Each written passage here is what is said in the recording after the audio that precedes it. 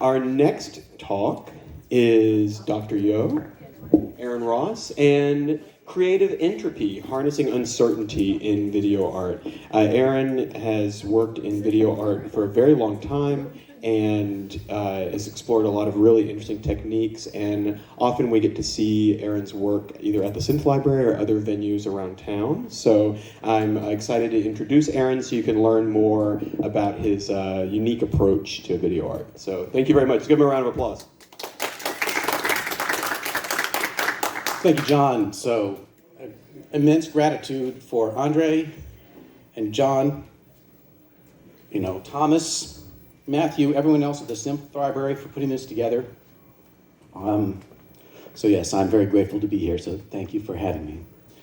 I'm going to talk, I'm going to talk a little bit about entropy, which is a difficult topic, so I'm not going to do justice to this topic, but I'm going to talk about it in the sense of how it can be used in an artistic context.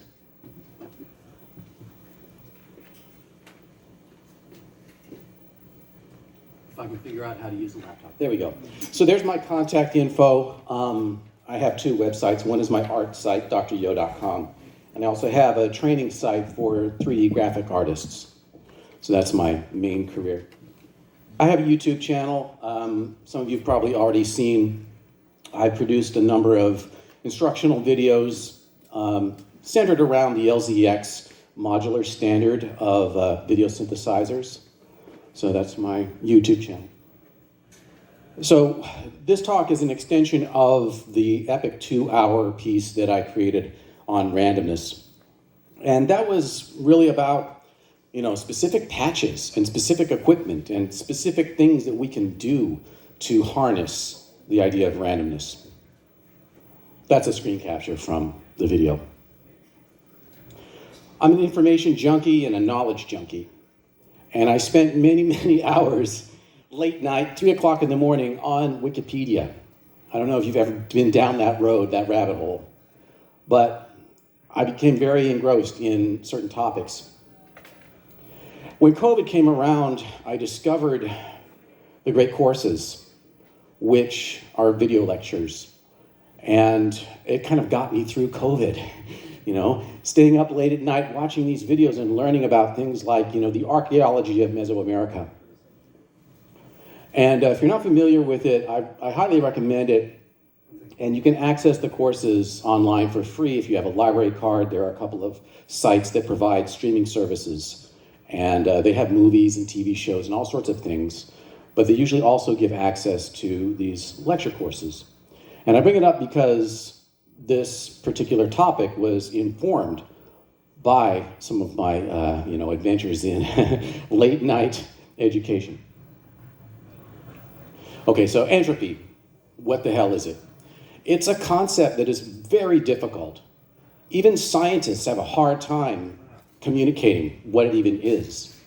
And I grew up thinking that it was disorder, that it was, this horrible thing that we need to stop and avoid. We need to fight this thing because it's the idea of decay, the idea of things falling apart, the idea of ultimately the heat death of the universe where all the stars burn out and there's nothing left but this radiant energy of heat.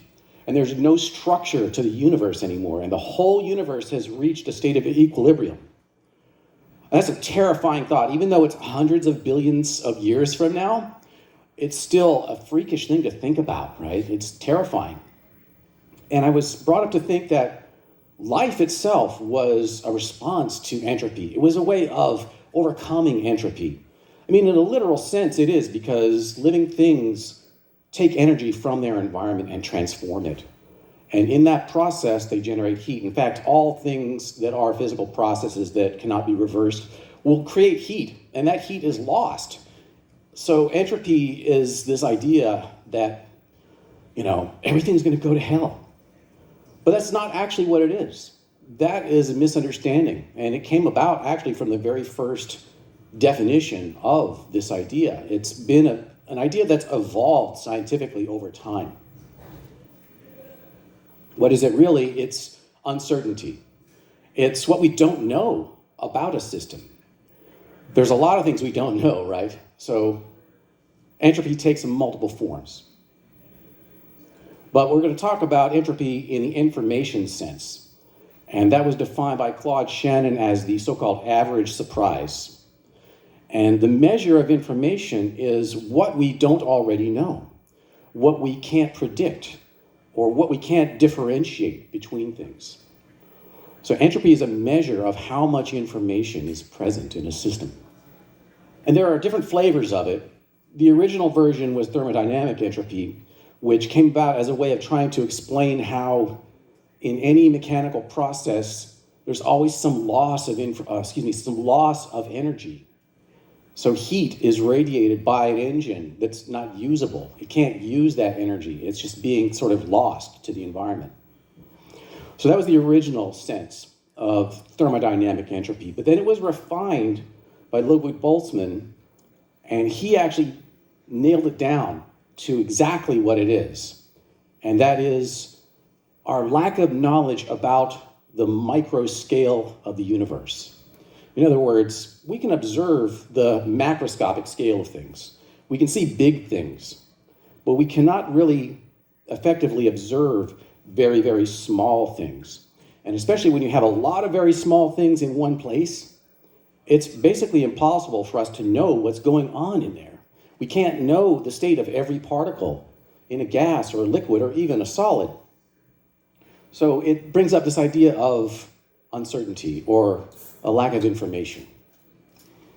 The next step was with Claude Shannon at Bell Labs, and he developed information science, and he defined entropy as what we don't know about some source of information. So to give an example, the amount of entropy present in the dictionary is much higher than in a 2-year-old, because there's way more information packed into that dictionary. So the information source, being the dictionary, is going to have way more unpredictability, way more entropy than, the random babblings of a 2-year-old. And then the last kind of entropy is another one that's also difficult to explain, but it's algorithmic entropy, which doesn't deal with an information source, but rather with the specific output of that source, a particular string of bits or a particular collection of data. A high entropy algorithmic state is one in which the shortest description is not much shorter or longer than the thing itself. In other words, to represent something, to describe something, we can't give short, concise instructions. We don't have an algorithm that can create and generate that string of information. The only way of reproducing it is with the string itself. So that is a state of extremely high entropy as well. Now, these things are all interrelated. They're all slightly different. In my video, I said that they're all the same thing. They're not really all the same thing, but they're all close enough that from an artist's perspective, we can say, okay, they're basically the same thing. And what are they about? So it's all about novelty. It's about what we cannot predict, what we don't already know, what's new. Okay, so in thermodynamic entropy, it's really about what we don't know about the microstate, what we don't know about individual particles in a system. In the information sense, entropy is about what we don't know is coming next. We can't predict. We're uncertain about what's coming next. And algorithmically, entropy is our uncertainty about the description of something. How do we describe something? So it all comes together when we start thinking again about life. This is the current definition of NASA's exobiology program.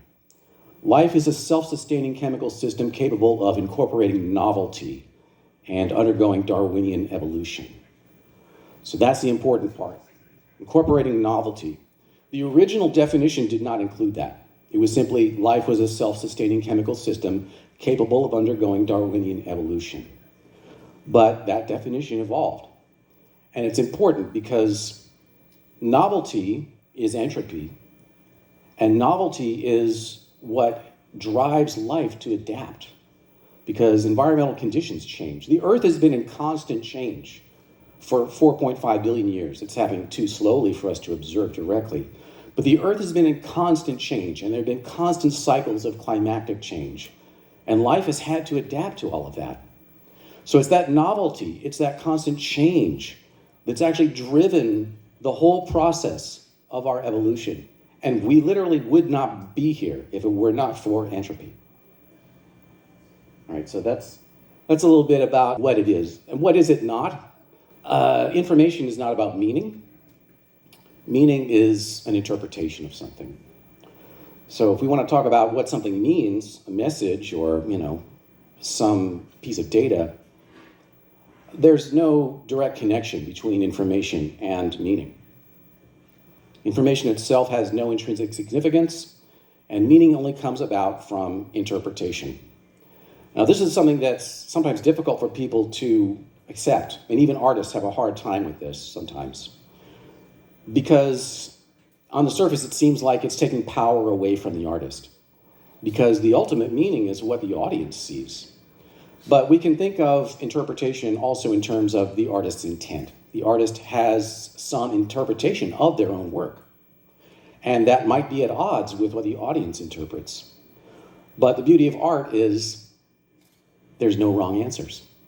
We might misunderstand the artist's intention, but our interpretations are all equally valid on some level.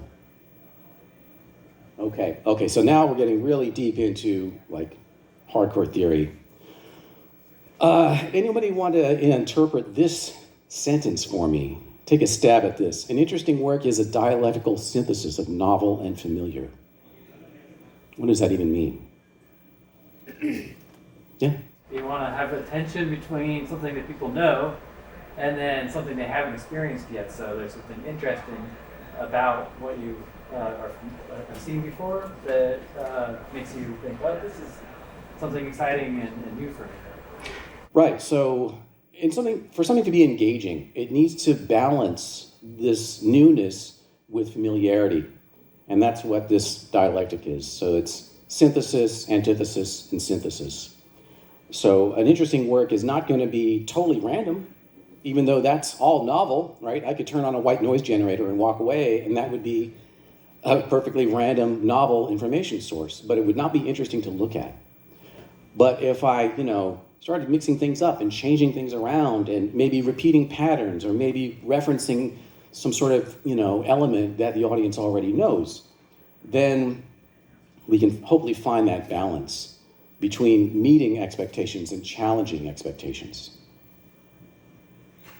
So this is where entropy comes in as an artistic tool. It allows us to automate the process of generating novelty. So instead of me sitting, writing a musical score, one note at a time and trying to make it interesting, I could turn on a random, pitch generator or whatever that's going to spit out some information that I can't possibly predict. And that's going to save me time, it's going to save me effort, and it's going to give me ideas, or it's going to provide happy accidents that I would not have thought of consciously. So it's a very powerful tool, and especially with video synthesizers, I've found it to be very effective. So there are different ways of creating uncertainty or novelty in the artistic domain. There's ambiguity. We don't know how to interpret something, right? David Lynch put something up on the screen and we're like, what is he talking? What is this, So there's confusion. That's a source of entropy. Pareidolia is when you have something that looks like something else and resembles something else. The classic example is the face on Mars. And that's because of our interpretation of that sensory data. We're seeing what looks like a face on Mars, and our super powerful pattern matching brains interpret it as a face because we're literally hardwired to see faces. But the important things I want to talk about here in terms of artistic uncertainty are those last two, randomness and chaos. And these two are also commonly confused. Randomness and chaos are not the same thing. They're actually very different. So randomness is probabilistic, and it has to do with us not knowing exactly how something took place. We can't observe all of the particles in a material. It's not possible for us to do this. Even though we know that there is cause and effect happening within that system, we cannot directly observe it. So the causes of things are obscured. Randomness is also independent of history, generally, meaning that at every instant in time, it doesn't care what happened before or after it. We measure the output of a random system, it's constantly changing, and it bears no basic relationship to anything else that happened before or after it. And a truly random source is nearly infinite entropy. I mean, you cannot possibly predict what a white noise generator is going to do. When we talk about analog versus digital, analog has the edge here because it's able to harness the heat or thermal energy within a circuit in order to generate randomness. And a computer or a digital device can't do that, but it can create a pseudo-random effect that's good enough to fool us. So how would we use this in an artistic concept? Well, first we can define a value range for the random source, right? We can say, okay, well, I know that white is at 1 volt and black is at 0 volt, and I'm gonna generate some random numbers or random values in between 0 and 1. So we can constrain that randomness in that way. Or if I was choosing colors, I could say, oh, I want to, only vary the colors a slight amount. Keep the overall general palette, but just kind of shake it up a little bit. So I could, change the value range. We can also change the probability distribution, or how likely it is for a certain random value to occur. So we could put our signal through a quantizer, for example, to say, okay, well, I'm feeding it random values between 0 and 1, but I'm going to send it through a circuit that's going to say, okay, we're only able to produce values of 0, 0.5, and 1. So we've constrained our probability distribution to only 3 possible values. And there's a million zillion ways that you could do that. And you could, use function curves to remap values. So you can, make it more likely that certain values will occur other than others. Another applied randomness factor is the frequency. That is how often our random value is being updated. And it could be a periodic waveform where it's, on a regular metronome clock, it's generating a new value. Or the space between new values could also be random. So we could have random intervals or random frequency. And then transition is, okay, well, how fast are we going to update this new random value? Is it going to be instantaneous or nearly instantaneous? Or is there going to be like a slew or a low-pass filter applied to it to make it kind of gradually transition to its new value? So I'll give you some examples here. And you are here, you probably are not subject to seizures, but if you are, duly warned. So this is an outtake. Actually, not an outtake, but a raw take. So my process was I create some random fluctuation and I run a loop of a certain little video clip. And then after I've collected, let's say, a minute of that material, then I can go in and surgically choose exactly what I want from that random string. So I'm, again, trying to harness it. I'm trying to combine the randomness with a plan or an aesthetic rather than just accepting whatever the random output is. So yeah, this was with an LZX compatible system. And this is a clip from The Man in the High Castle. So you can see that it's constantly fluctuating, but then when I edited the piece, I surgically chose very specific, less than a second sometimes of footage. And this is another raw take from the same piece. It's just using a different patch. That last patch was a color cycling patch where it was rotating through a series of colors. And this is a random fluctuation where it's going high and low and up and down in a pseudo-random fashion, or a truly random fashion, actually. And this is another example. Oh, and by the way, that was from Black Klansman by Spike Lee, which is an amazing film, which you should all go see. This is from V for Vendetta.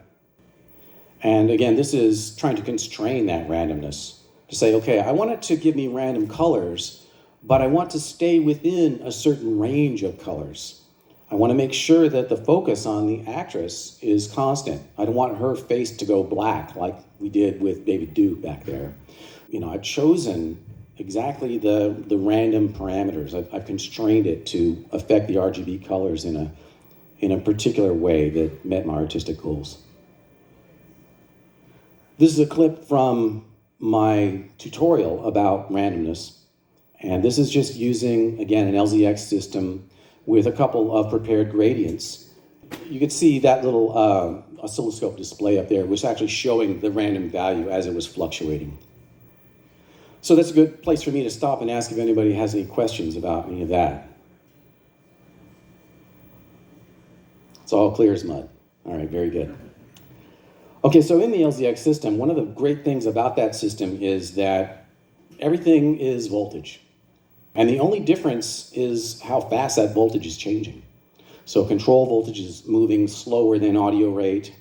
Audio signals obviously are running between 20 hertz to 20,000. And video is up in the megahertz range, but they're all interchangeable.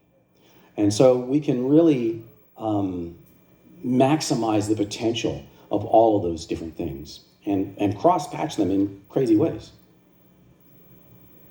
So when we look at high-frequency randomness, so what I just showed you, that was obviously low-frequency randomness, where it was moving on the time scale of seconds. But if we go into a high-frequency range, then it actually turns into an image. So this is just another example of randomness or, noise using the LZX system and just using feedback, using a circuit that's actually feeding into itself in order to generate this unpredictable entropic pattern. Okay, so that's all about randomness. And it does not follow a script. It just is. It just happens. Every instant there's a new random thing. And there's no connection to the future or the past. I mean, in a literal sense there is, but in an artistic sense we can say that there's no connection between one random event and the next random event. So chaos is a completely different animal and often gets confused. It's sometimes known as complexity science, and it operates very fundamentally differently from randomness. First of all, it's deterministic. It's not probabilistic. That means that we can observe exactly what cause and effect is happening. Exactly what is causing, this particle or this thing to bump into this other thing.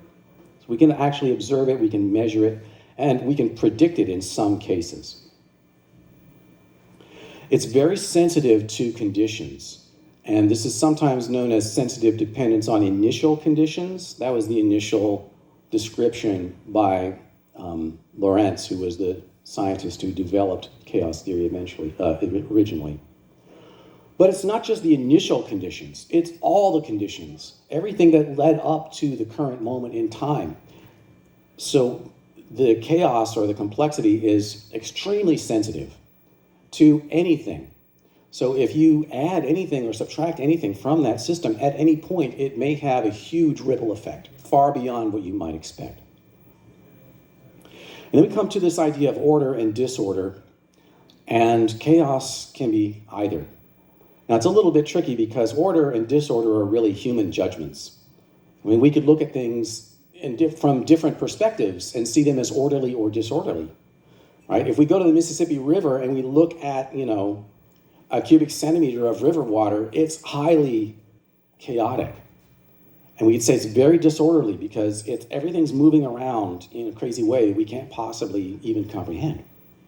But if we zoom out and we look at the entire river from space, it looks very orderly. It's following a path. Now, if we change our time scale and we look at that river over the scale of 1,000,000 years, we're back at it's very disorderly. It's constantly changing its course over those millions of years.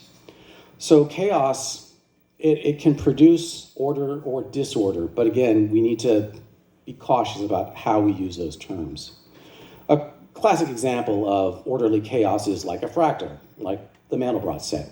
It's got a pattern that we can observe, and that pattern is actually self-similar. So we zoom into it, we will see a little version of the Mandelbrot set. So this is a very highly ordered system, but it's also highly entropic because we cannot predict what the results are going to be. We have to zoom in on it in order to see what that result's going to be.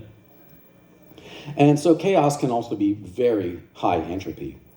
The three-body problem is another example, where if you just have three bodies orbiting one another in space, it's a chaotic system that we cannot predict.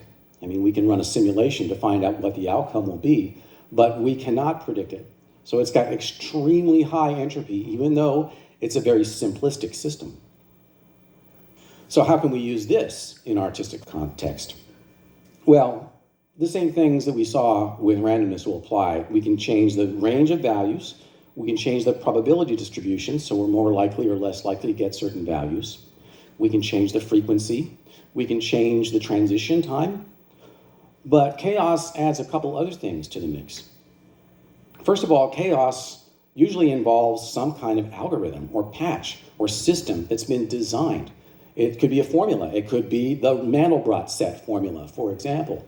Or it could be, some crazy patch that we set up. It could be a computer algorithm that we've written. It could even be an algorithm that's pseudo-randomly generated. But in all cases, there is some underlying rule set to chaos. It actually is a form of order that follows specific rules. Whereas randomness, aside from the fact that it has a certain value range, randomness does not have rules. And chaos, because it's deterministic, will work fine in either an analog or a digital context, which is why, surprisingly, video feedback simulators actually look amazingly good. I was skeptical when I first heard it. I was like, you can't get good video feedback from a computer. That doesn't work. But in fact, it does work because those rules are actually pretty simple. And we can get very complex results from those simple rules. This is another take from my video on randomness, and this is just showing chaotic transitions, right? The duration of each of these cuts is randomly determined by a simple digital algorithm. It's the Rungler circuit from Rob Hordijk. Okay, so yes, video feedback, which everyone here probably has experimented with. It really is the canonical example of chaos.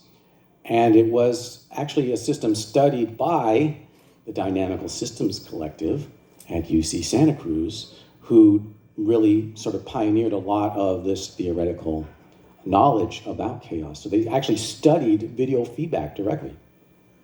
So here's a patch from way back in the day, from 1991, when I was a graduate student. And, for the day, I had access to the video studio at Cal Arts.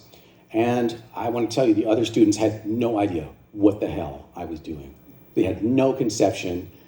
And it was just like almost scandalous, because they were like standing around going, what's going on? They're just these cameras pointed at screens, and there's one guy flipping, a T-bar in the back room. But because it was a system that had multiple cameras and multiple monitors and even multiple switchers, I was able to get some very complex results out of it.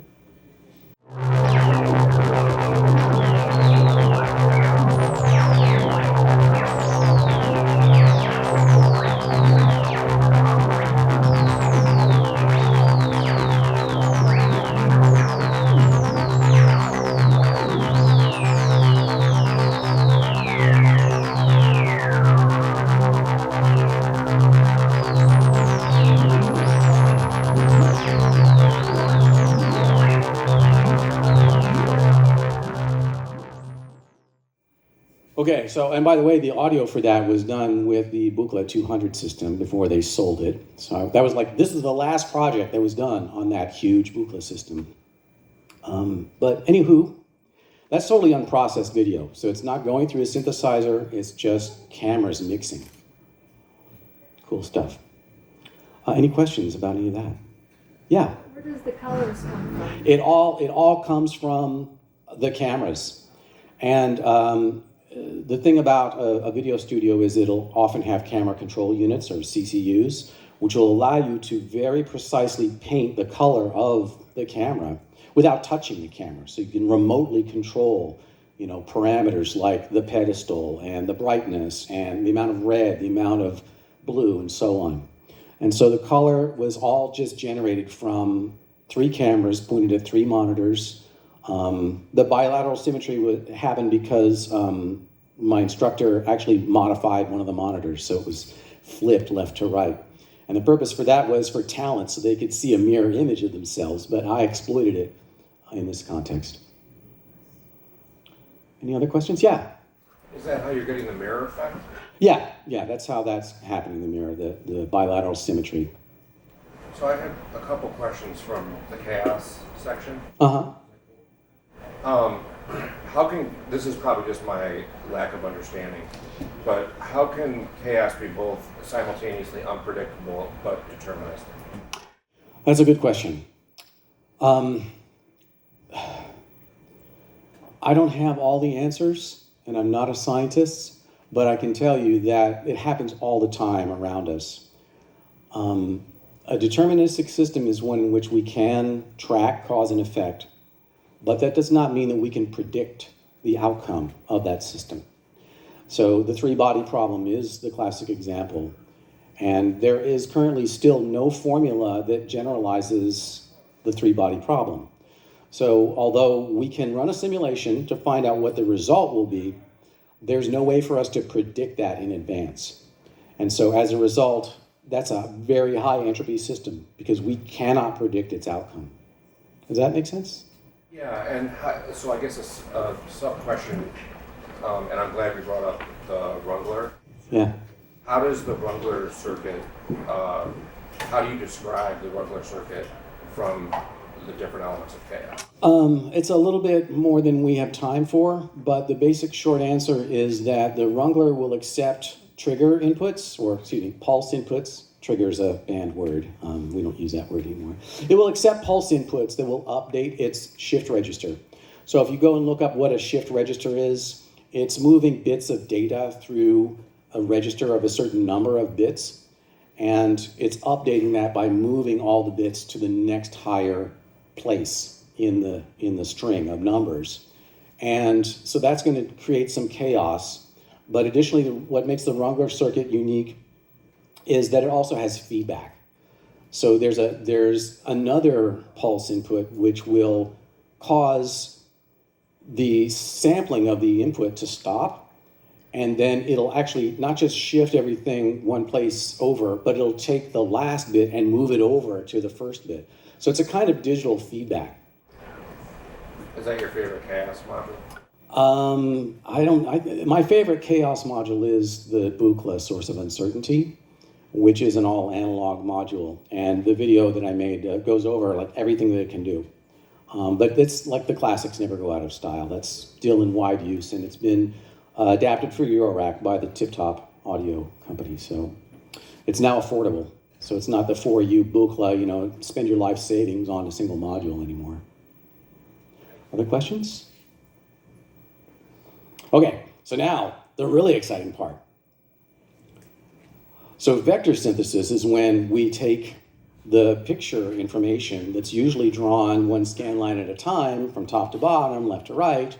We take that and we just arbitrarily move that around on the screen. Instead of drawing lines one at a time, those lines can go anywhere and do anything. And there's no limit to it. So the simplest thing we could do is like translate an image or maybe rotate an image. But we can also use feedback in that context. And it becomes 3D because we can map the brightness of the image onto a pseudo 3-dimensional effect. And that's going to then make things kind of pop out of the picture plane. Well, if we use feedback in that context, we can create some really crazy sculptural forms. And it's all just happening because chaos. So this is a short piece that if we have time, I'll show you, in which I'm going to show you sort of the building blocks of that piece. And I did this with a combined digital and analog system in which things are being triggered by, things are being gated by a music sequencer. And I also developed a patch which will control the color so that I'm mapping individual hues onto keyboard notes.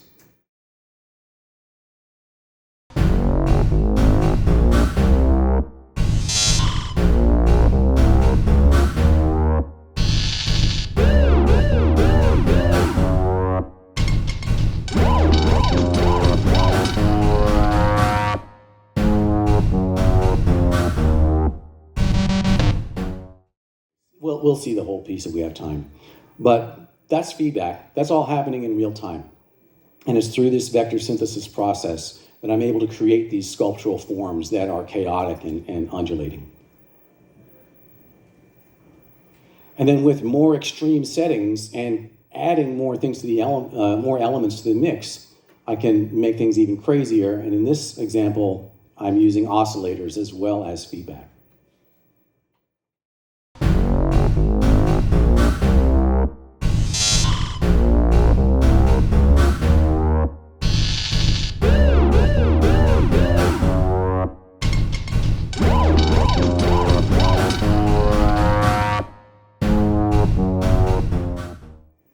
All right, so crazy stuff going on.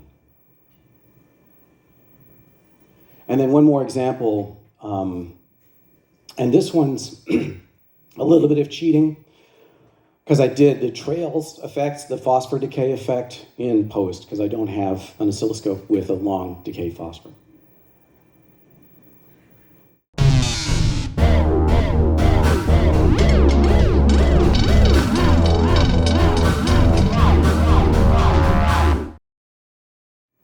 Cool. So feedback. So I'm going to show you the piece itself, but oh, good, perfect timing. All right, so we have just a few minutes left, and I've got 2 short pieces, and we probably won't have more time for questions, but hit me up, and I will see if I can answer them.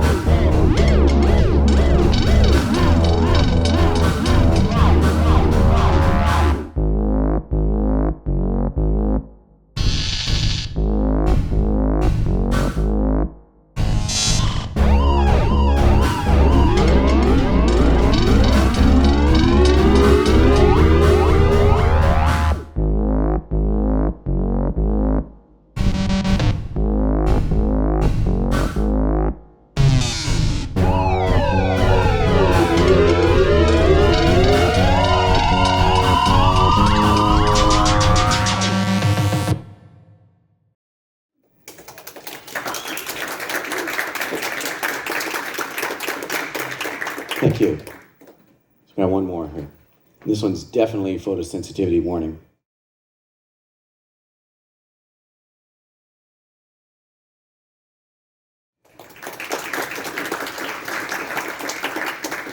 So just to credit where credit's due, the sources for that, were Black Klansman, The Handmaid's Tale, V for Vendetta, what else?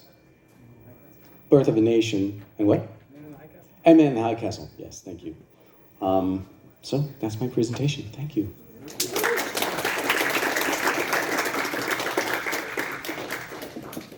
All right, big thanks to Aaron for that. It's always great to see you.